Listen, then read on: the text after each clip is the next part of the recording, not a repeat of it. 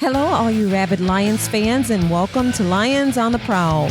News, rumors, and debates from the fans' perspective. Here's Markus, Jim, and Tim.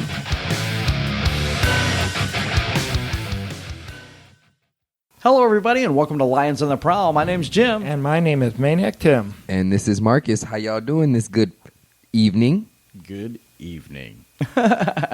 And as usual, we'll start out the show with our shout-outs. And Tim, do you have any shout-outs this week? Okay, my buddy Ricky from work, also Barb from work, and Brian from work.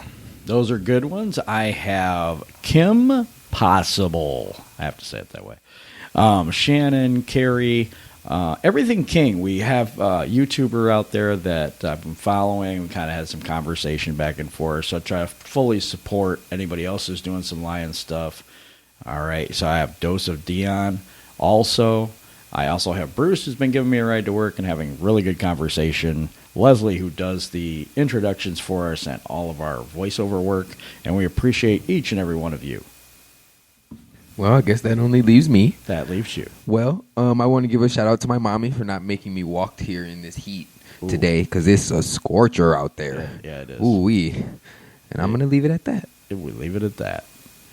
Okay, guys. After the break, we'll be getting into our special interview with our special guest this week. So, right after these messages. Lions on the Prowl is currently seeking sponsors for the show. If your business would like to reach our audience, please email lionsontheprowl14@gmail.com. Hello, Lions fans. Would you like to support the continuation of this show? Become a patron. Go to www.patreon.com/Lions on the Prowl. Thank you for supporting our mission to give you Lions news and rumors from the fans' perspective. We have a very special guest this week. He's a two-time Michigan Sports Writer of the Year. He was named one of America's top 10 beat writers by APSE in 2017. He's also a multi-time Michigan AP Award winner. And in 2017, he tied for first place in the Best Feature Writing category by the Pro Football Sports Writers of America. He's covered the Detroit Lions for the Free Press since August of 2010. Poor guy. Sorry about that. He's a Pro Football Hall of Fame voter and an all-around good guy. Welcome to the show, Dave Birkett. What's up, guys? How are you doing? Really, really good. Thanks for coming on with us. Yeah, absolutely. Hey, you're on the east side. Is it as hot over there as it is over here?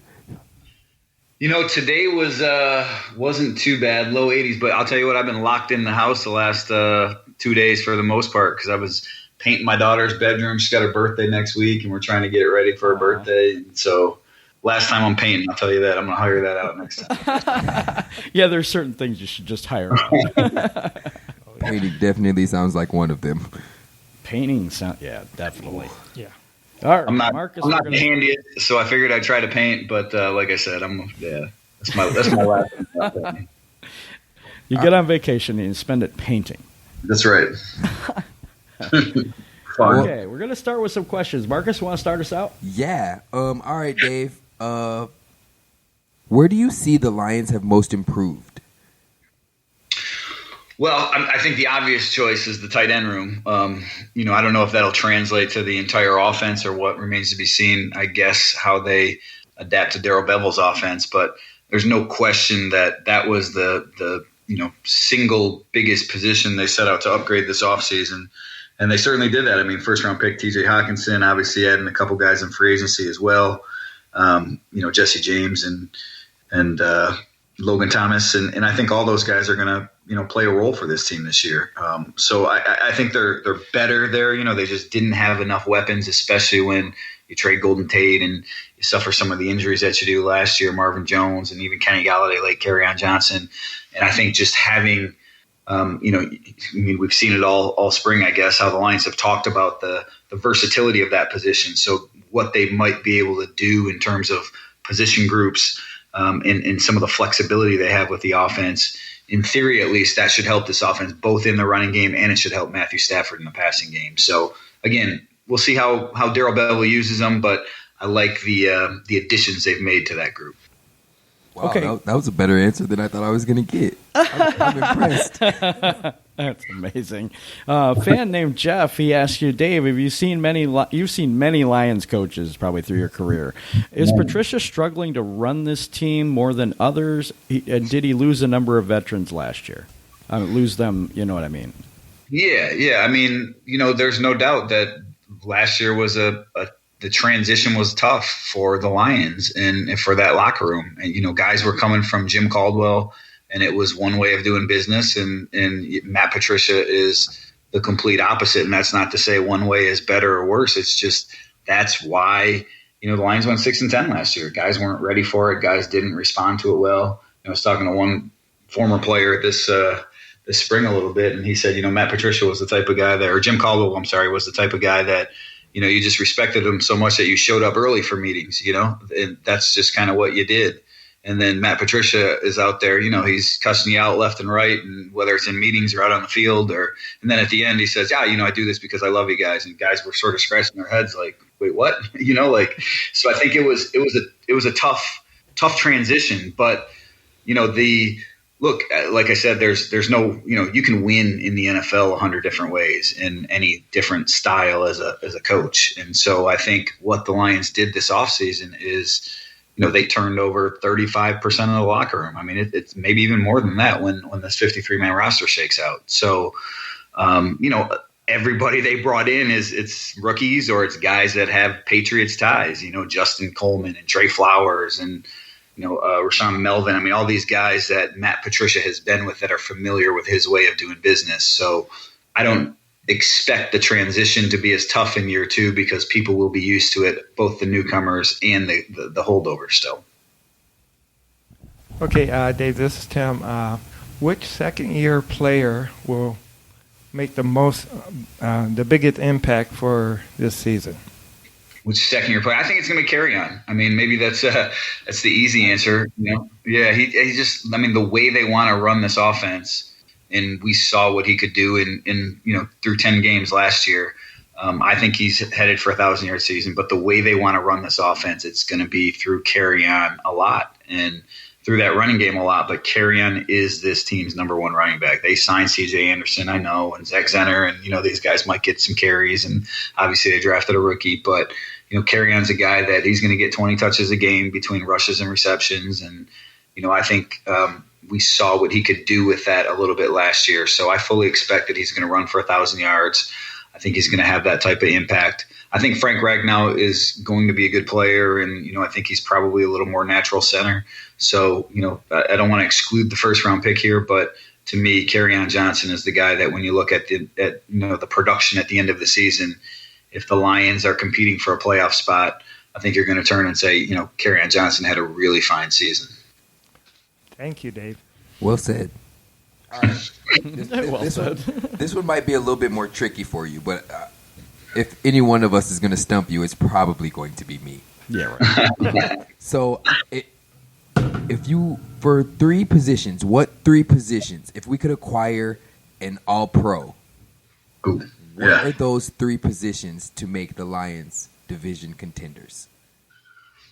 An all-pro. Well, look, I'm going to say number one, and some people may not like this answer, but it's quarterback. I mean, and that's, look, I like Matthew Stafford. I don't think he's not Tom Brady or Aaron Rodgers, but he's certainly not at the bottom of the barrel either. But if you're talking about having an all-pro quarterback this year, I mean, you're talking about having a Patrick Mahomes type, season from your quarterback. And if you get that out of that position, you're instantly a contender. So let me start off right there, number one, and say quarterback. Number two, I guess I would go cornerback. Darius Slay obviously has played well the last couple seasons. I think he's a really fine player, but to me, that's still one of the biggest questions that this team has is what's going to happen at that number two cornerback spot. We didn't see much Justin Coleman in the spring because he was coming back from injury. I still think he's best in the slot. So if you threw another all-pro cornerback out there, I know that they don't have a lot of sacks up front, but I think the way they play that defense, what they do with that defense, I think, if you had another lockdown corner out there playing opposite Darius Slay, then you'd have a pretty fine defense. And number 3, just from the position of value, I'll go with defensive end. I know Trey Flowers. I think he fits this system well. I think it's a fine, pickup that they made this offseason. But again, if you're talking about adding an all-pro pass rusher, somebody who's going to get you 15-plus sacks a season, man, I think the sky's the limit for this defense if you had that. Flowers he's never had double-digit sacks in pros or in college, so he's not going to be that. He's going to be a good player in this defense, but he's not going to be that. But I think if you had that type of presence coming off the edge, I just think the possibilities for Matt Patricia's defense would be endless. Wow. Yeah, Wow. There was a lot there, Dave. There was a whole lot there about Matt Stafford. It's funny because, the Flowers addition, I think it's a really good addition. Slay, I think they're strong with their number 1 cornerback spot, but just the value at those positions on defense, and this is a defensive, it's a system that relies on the defense a lot. And then, like I said, the quarterback spot, man, if you got Patrick Mahomes type production, if you got it out of Stafford, the Lions would be, they'd be contending for the NFC Championship. I'm almost a little surprised you didn't mention offensive line. I thought about it. I thought about saying that, but I think I just think the position value for that defensive end spot would I think it trumps what you could get out of an all-pro left tackle, let's say, because I think if you're solid all across the board on the offensive line, I think you can be good enough that you can still make a run deep in the playoffs. Okay, we'll go back to the questions. Matthew from Peoria, Illinois, that's kind of an interesting place, asks, do you think Snacks or Slay will hold out training camp? How long do you think that will be? Or do you think? And also, second part of the question is, do you think the Lions are going to extend either of them? Yeah, I don't think either one will miss any time this summer. It's not financially feasible for them to do that. I don't have the number in front of me. I want to say it's $40,000 a day that they get fined, and that's when the real money starts kicking in. So you're not going to give up that money. It's one thing to sit out some of the spring workouts, and I think coaches can, they can bite their tongue and sort of understand what you're doing from a business standpoint. But when training camp gets there, I think everyone needs to be there. Slay's a guy that he's been around town most of the offseason. Snacks is not. Snacks was down in Texas, I believe, for most of the offseason. But I think both those guys know that they need to come out here and play. Are they going to get extensions? I don't know. I don't. I have a hard time seeing it right now from the Lions standpoint. Look, I've said I get it from the player standpoint. I understand why they're sitting out, why they sat out this spring. Certainly when you compare what they make to their peers at their positions, the way the salaries have escalated, especially in Damon Harrison's case, I think they're both underpaid. But when you look at it from the Lions standpoint, why are you going to extend a guy with 2 years left? I've written this, I've said this. I think the easy thing to do, sort of a win-win for both parties, would be, you ignore the fines that they accrued from, this spring from missing some of the voluntary or the mandatory minicamp. You can guarantee some of the incentives, I guess, or the per game, especially in Darius Slay's case, the per game roster bonuses that he has. You just guarantee that money for him. You give him a little bit more money that way. You make it clear that you want to extend them in the off season, whether they buy that or not.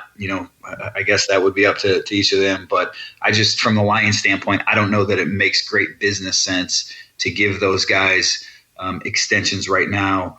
The one caveat being, this is a win. I mean, the Lions have to win this year. And if the Lions are worried about, either of those guys and what happens to them in the defense, if they're, disgruntled, for lack of a better word, and I don't think they are, I think that's a little too strong. But if they worry about that, maybe that forces their hand a little bit to make a deal.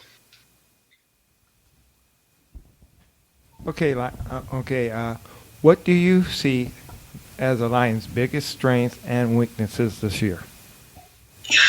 Well, the biggest strength, I guess you could go defense as a whole, and specifically assuming Damon Harrison is on the field, of course. I think the run defense, the way they played, really the second half of last season, I think it took a big step. And I think it's going to be a strength this year. I mentioned Trey Flowers, that he wasn't a big sack guy, but what he is a really fine run defender.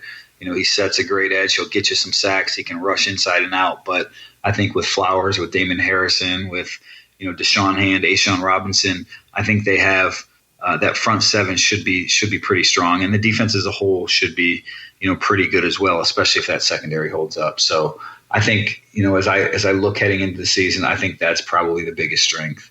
The weakness, look, we just offensively, it's a new system, and it takes time sometimes for that to work, for everything to click. And the Lions, Marvin Jones and Kenny Galladay, they were out there this spring, but they weren't practicing. They were off on the side with the rehab group.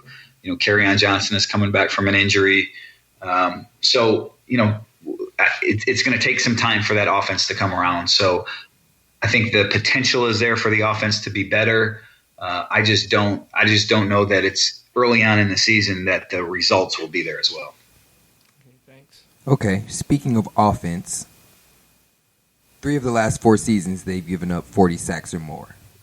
So compared to last season, do the Lions give up more sacks or less sacks? Or will the total be about the same? Ooh, what they have last year, like 43-ish, somewhere in there? Is that 43, right? 42, right around. Yeah. Man, that's a good question. I would say if I was a betting man and this was the line in Vegas, let's call it 42.5, split that difference. I might take the under slightly. I mean, I don't think they're going to set the world on fire all of a sudden and give up 27 sacks. I don't think that's in the cards for the offensive line.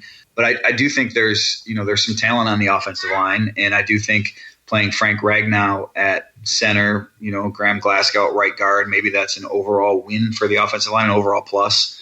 We'll see how Rick Wagner holds up. He had some rough spots last year. I think Taylor Decker could be in for a big season. So I think the line will be a little bit better this year. I don't think it's going to rank as the best in the NFL when all is said and done, but I do think it's going to be a little bit better than it was last year. And I apologize, guys, about my son crying in the background. If you can No, that's fine. I think his sister's picking on him, so that means somebody's going to get in trouble when we're off this call here. Uh-oh. Okay, Brian from Muskegon asked, do you think the NFC North is the toughest division in the NFL? I don't. No, I think the NFC North is a good division. I think it's a balanced division, but I don't think it has an elite team. And to me, I think if I'm going to call it the toughest division, I want to see at least one really elite team. Like I think the Bears are good, but I think they're going to take a little bit of a step back this year. I just don't know about that offense. I think the defense is still going to be solid. The Vikings, sort of the same thing. Like, I like some of the parts on defense. I don't know if I'm buying the whole thing in Minnesota. I think Green Bay could have a little bit of a bounce back year. Just Aaron Rodgers strikes me as the kind of guy with everything that's been going on and said about him this offseason that's going to have a really strong year. But best division in football, I think, God, as I'm going through some of these divisions in my head here, maybe I'm talking myself into thinking the North is a little bit better. But no, I think, maybe there's some strength in the NFC South. I know that the NFC South, you still got Tampa, which is, the Bucs are worse than any team in the NFC North, and in the AFC West, that same could be said. But I think the AFC West, when you have a KC, especially if Tyreek Hill is back and playing, when you have a San Diego, I think those two teams are good enough that they can prop up the Broncos at the bottom of that, division. And I guess I would say, just off the top of my head, I'd probably give the AFC West the nod as the best division in football. Okay. Wow. All right. People will argue because there's some bottom feeders there, the Raiders and the Broncos, but those two teams are pretty darn good. Okay. Yeah. I think some of the people think just because of the not that the teams like Chicago or the Vikings are great teams, but from bottom to top you have 4 pretty good teams. And I get that. I just to me, I look at the NFL and I see a lot of mediocrity, right? Like if you're 8-8 or 9-7 or 7-9 or even 6-10 and 10-6, it's kind of all in the same boat, I don't know. I don't think there's a great team in the NFC North. I think there's all these teams are 6-10 to 10-6 type teams. Whereas in the AFC West, I think those two teams have the potential to win 12 games or more. And yeah, the Raiders and the Broncos are probably like 5-win teams. They're a little bit below that mediocrity, but when I see two really good teams, to me that sort of tells me that it's kind of strong over there. Like two teams I think that can make a run towards the Super Bowl. All right. So, do you think Stafford's going to throw for 4,000 yards this season? Yeah, I do. I think he's coming back. I don't think we're going to see a 5,000-yard season like he had early in his career. But I do. I think he's going to look. As long as Marvin Jones and Kenny Golladay are healthy, as long as Kerryon Johnson stays healthy. I mean, as long as he has some decent health in his, with his offensive weapons, I think he's going to have a little bit of a bounce back season. I think we're probably looking at 4,100 yards. I mean, I'm not going crazy, but I do think he's going to top 4,000 yards again.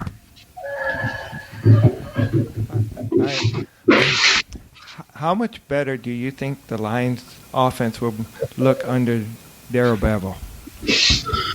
Well, that's the big question. I mean,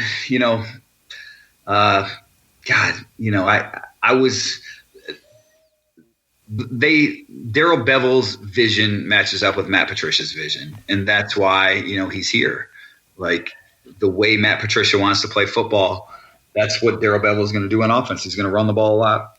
He's going to keep running it. He's going to try to surprise you and take a shot downfield and strike big, but then he's going to go back and he's going to run the ball and control the clock. And the Lions want to do that. They want to keep their defense fresh. They want to be able to dictate the flow of the game. So yeah, I think their visions match up in that regard, and that could help them achieve more success. But I don't think we're all of a sudden going to see this great offense out of the Lions. I think Kerryon's headed for more than 1,000 yards. Matthew's headed for more than 4,000 yards passing. But overall, I don't think the Lions are going to be one of the top 10 scoring offenses in the NFL or anything like that. All right. Okay, so comparing the NFC North, where do you think the Lions are going to stack up?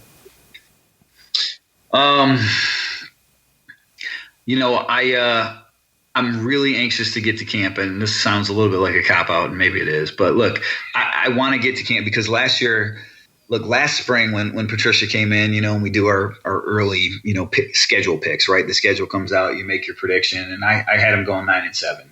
And then as I saw training camp unfold and, you just kind of hear grumblings from players or across the league from people that know players. And by the time it came for me to make my prediction for the season at the end of August, I went 7-9. And frankly, guys, I was looking for a 10th loss and I just couldn't find it on the schedule. They ended up going 6-10.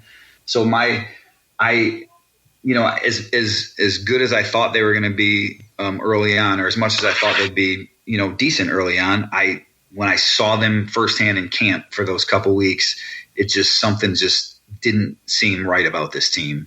And so as I look at the Lions right now, I think the talent is there to be better than 6-10. Obviously, I think they underachieved last year, but I'm really anxious to see how they respond to Matt Patricia in year two. And I think the response will be better because, as we talked about early on, the locker room is going to have a lot of new faces and a lot of guys that are holdovers or guys that bought into Patricia last year. So I think there's some upside there, but until I see it on the field, I don't know that I can predict them for the playoffs or competing for the playoffs or anything like that. So as things stand right now, I think my April prediction, I had them at 7-9, and I'm not going to change that right now until I see more on the field. So, I didn't really go out and lay out the rest of the NFC North, so I don't know if that's going to stack up third or fourth or what. But I think Green Bay, if I was picking a winner right now for the division, I would probably pick Green Bay, which is a little bit off the board.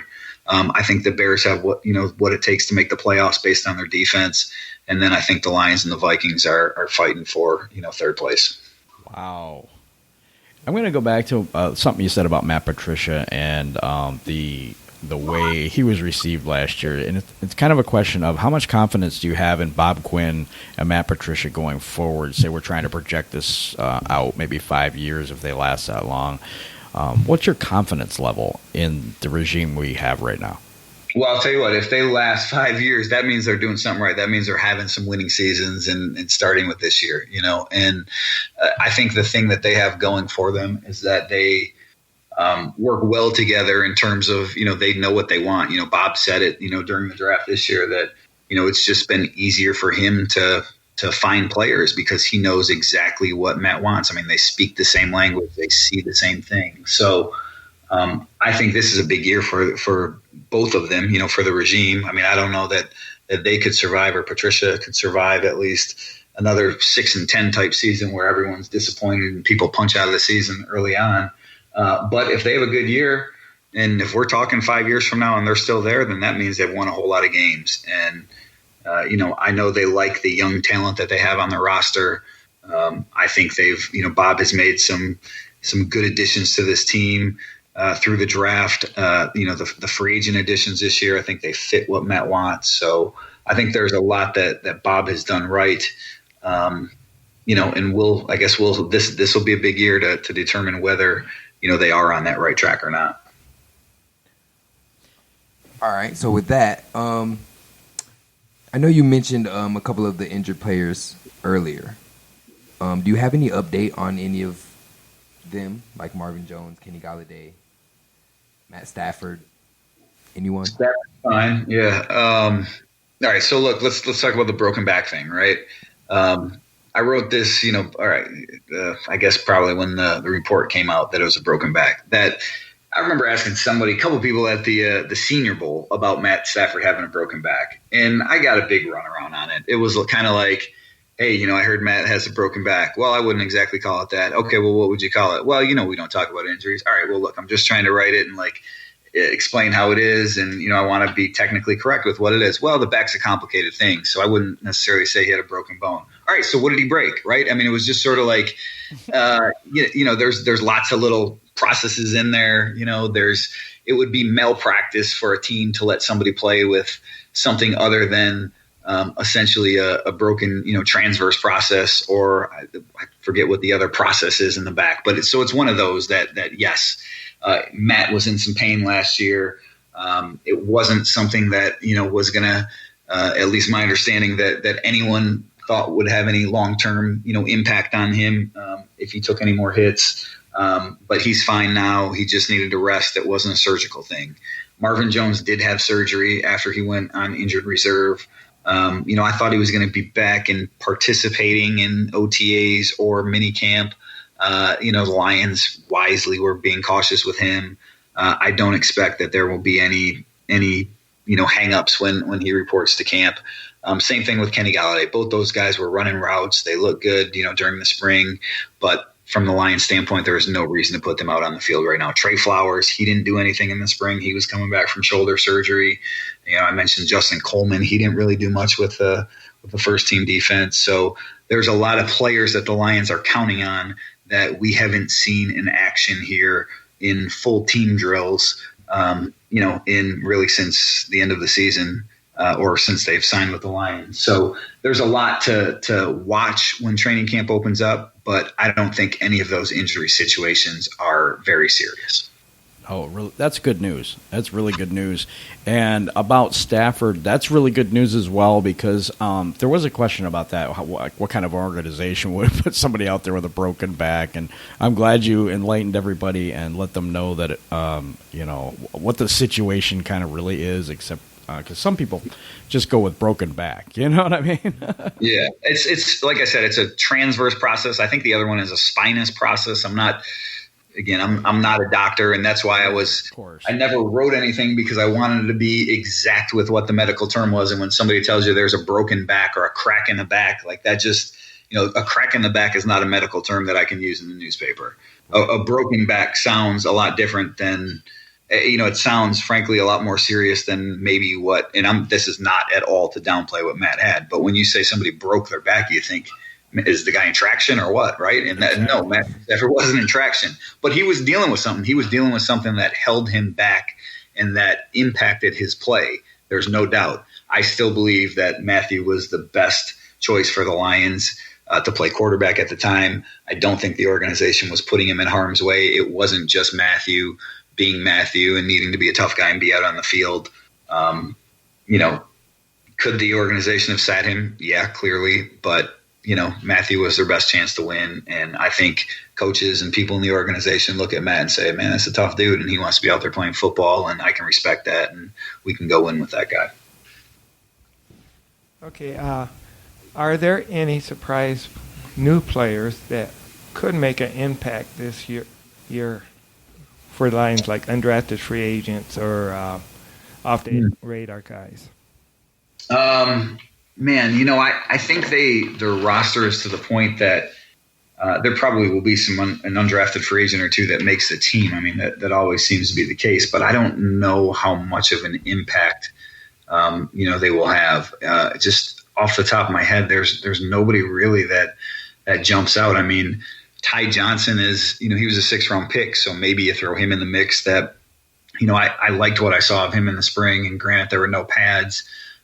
So maybe he's a guy that has a little more impact, plays a little bit more than people would expect. I don't think he's going to play a lot because, again, it's Kerryon Johnson and you got some of those vets behind him. But, he's really the only name that, that jumps into my head. I mean, I think we've written about them, so he's not really, coming out of nowhere. But, some of the young wide receivers, I guess, would be other guys that just based on where the depth chart is right now that could have an impact or could see some playing time at the very least. A guy like Andy Jones, but we saw him at the end of last season. Deontay Alexander is sort of in that Andy Jones mix where he's a good special teams player, and that might be what the Lions are looking for in their 4th or 5th receiver. So, that 5th receiver spot will be one to watch in training camp. But as of right now, I wouldn't put an undrafted rookie in that mix. I think it's probably a guy like an Andy Jones.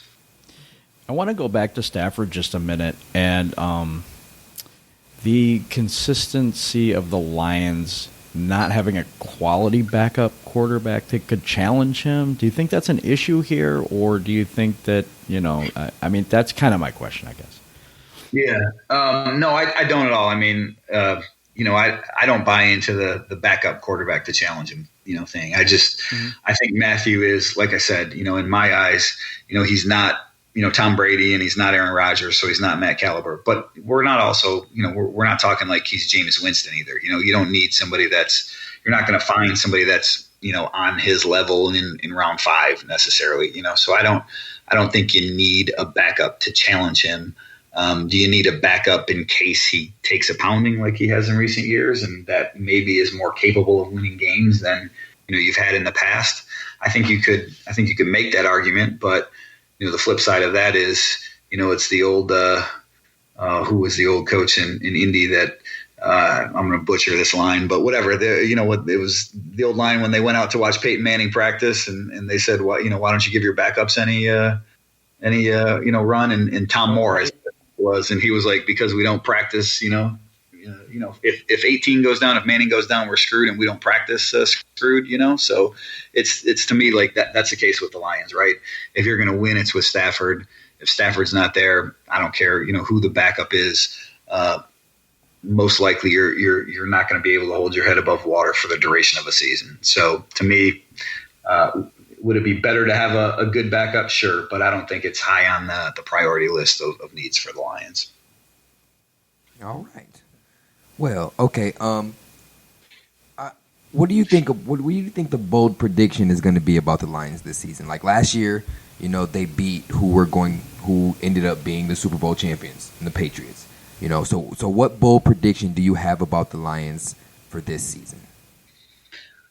Well, I don't have many bold predictions right now. I mean, maybe they play the Super Bowl champs again if KC, if they get their stuff together, if Tyreek Hill is playing for them this year or something.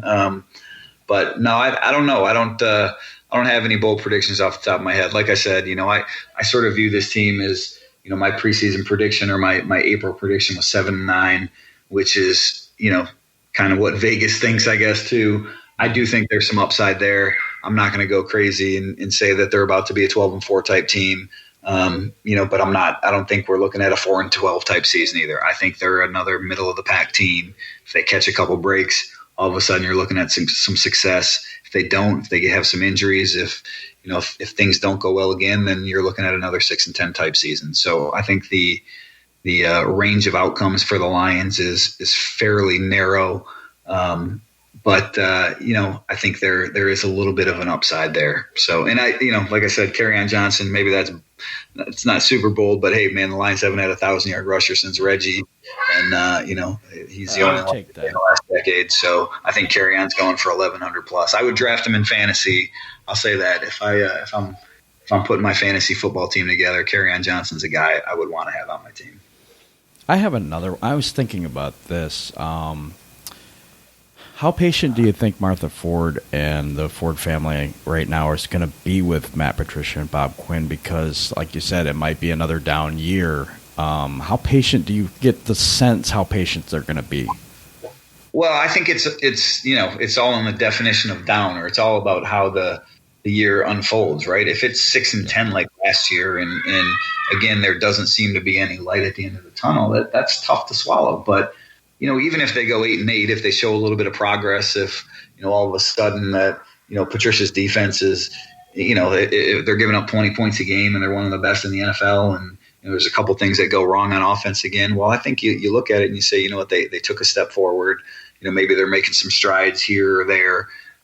So I don't think there's any blanket like must win 12 games in the division for them to keep their job, or if they miss the playoffs, they're gone. I don't think there's any of that. I think the Fords, I think Martha Ford is the type of owner who is able to see what happens and make a decision, a judgment as things go along. Okay. All right. So how safe do you think Jamal Agnew is? That's an interesting question, too. I thought about that a little bit this spring when we were sort of watching him play. I mean, I do think that I don't know that I would call him a roster lock, but I certainly, if I was putting my 53-man roster prediction together, I would put him on it. He's still the best return man on the team. He's showed some things at cornerback in practice, that is. I mean, he didn't really have much of an opportunity in games, but Lions were giving him a little bit of run with the first-team defense this offseason. As I look at the secondary, it's Darius Slay, Rashawn Melvin, and Justin Coleman are probably the three that you're lining up with in a nickel package. And then beyond that, you got Agnew. Obviously, you got the 5th-round pick, Amani Arayu. Hope I pronounced that right. Who's in the mix. Tease Tabor. Look, I think Jamal Agnew's ahead of Tease Tabor, though obviously Tease has a little bit of size. I think he's probably there. The other guy I'd throw out, Marcus Cooper, he's had some good years on special teams. I think Agnew is in the mix. I think he's probably got a roster spot. I don't know if I'd call it locked up, but I would be surprised at this point if he's not on the team. Yeah, I was looking at that too. Also, the guard position, left guard specifically. We got Wiggins, we got Ibushi, got a couple other guys. What do you think is going to happen there? Do you see everybody? Is the left guard on the roster right now that we're going to start the season with? I think so. Yeah, I think it's probably Kenny Wiggins. I mean, don't forget Kenny Wiggins played for Jeff Davidson, the offensive line coach, back with the Chargers. So, there's a little bit of a history there. Oday Abouche played for Darrell Bevell in Seattle, so there's a history there. So, I think there's, neither one of those guys is going to come in and be an all-pro, but I think the coaches feel comfortable enough that, one of those guys is probably your starter. I'd guess it's Wiggins at this point.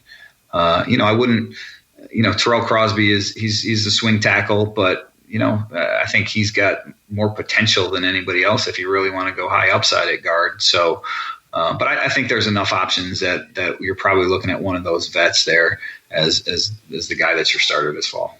Okay. All right. So after the first 8 games of the season, what do you see Detroit's record being? I don't have the schedule in front of me. So what are we looking at in terms of? They got a really tough start. Arizona at Arizona. We got the Chargers at home. I know in that mix we've got Philadelphia at Philadelphia, and I know we also have. AC early.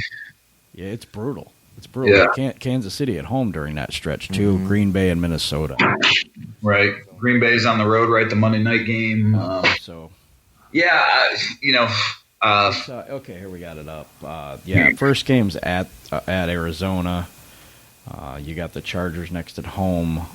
Eagles at the Eagles. Chiefs at home. Then at the Packers. That's the Monday night game. And then what do we got? Vikings at Lions. Is that 8? Yeah. That's 7. 7. Then we got the Giants at Detroit. Look, out of those games you mentioned, I mean, I think it's easy. The Lions could start 1-4. I mean, easily. Yeah. The Arizona game. Look, even Arizona, I mean, shoot, when I did my preseason picks, my schedule came out picks. I think I had the Lions losing to Arizona because, they didn't start well last year. I mean, they should have beat the Jets last year, but they should have. They got smoked, and because they just weren't right coming out of camp. So who knows? Same situation, rookie quarterback, game that should be gift wrapped for you, but. Yep. You don't know. You don't know exactly what that offense is going to look like. You don't know a whole lot of things. So, but the Lions are a better team than Arizona, so that's a game they should win. I mean, not only that, but they have a rookie quarterback who should be playing baseball. Like, I'm so serious. He should be playing for Oakland. He got drafted by the Athletics, right? Yeah, I think so. Yeah. He should have been making that baseball money, man. Well, yeah. I mean, look, who knows, right? Right. I think he does fit Cliff Kingsbury's system, so we'll see how that works out. But look, that's a game again. Talent-wise, they should probably win that. Home against the Vikings, you got to be able to win your home division games. The Giants are no good, so you should win that game. I mean, that's if you get 3. The Raiders are the 8th game of the season. Okay, I mean that's out there. Yeah, that's at Oakland, but we'll see what Oakland's like this year. I think Oakland will be a little bit better. I don't think that defense will be great, but you do have Antonio Brown now to worry about, and maybe Derek Carr has a little bit of a bounce back season. But still, from a talent standpoint, the Lions are in the ballpark with Oakland, if not better than Oakland. So, you should be 3-5 minimum coming out of the first 8. If you're 4-4. That's probably where you should be. 5-3, that'd be a bonus. But if you're 4-4, maybe you have the second half of the season in front of where you might be able to make a run for a playoff spot. Yeah, it's kind of a brutal schedule. It really is. Especially the first 8. First 8 is tough. We really appreciate you coming on with us, and I hope everything is good on the home front there. I know we're going to get in trouble. You know how it is, man. A couple little kids, so the older one knows how to push the younger one's buttons, and eventually everything works itself out. So, and we'll let you enjoy your vacation, and we enjoy reading your stuff, and we appreciate you coming on with us. Okay, and we hope to have you on again. Hey, we'll do it at some point this fall or something. Yeah, that sounds good. When you let us know when you kind of settle down a little bit after training camp. Yeah, for sure. All right. Thank you very much. Oh, go ahead. No, I was just saying, say thanks, man. We'll talk to you again, guys. All right. Thank you. Thanks. That was Dave Birkett, everybody, from the Detroit Free Press. And what an awesome interview. What a good guy. And we really appreciate everybody listening to us at Lions on the Prowl. And you have a great week.